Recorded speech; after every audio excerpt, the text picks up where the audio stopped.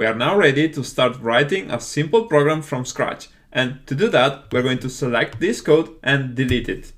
And next, we need to define the entry point of our program, which is the place where our code starts running. So to do that, we can type in the following: void space main, and then open and close parentheses, and then open curly bracket, and then close curly bracket, like that.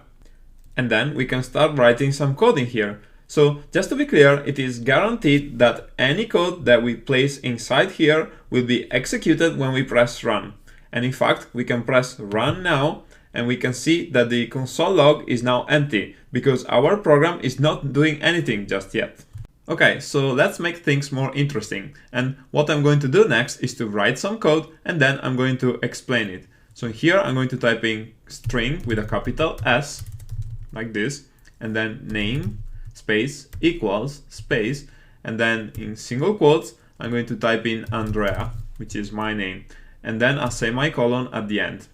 And then I'm going to try to print my name. So I'm gonna go to a new line, and here I can say print, and then open parentheses, and then this time with double quotes, hello, comma, I'm, and then $name. And then I'm going to put a semicolon at the end. So I can quickly try this and press on the run button, and I can see that the console now says, hello, I'm Andrea.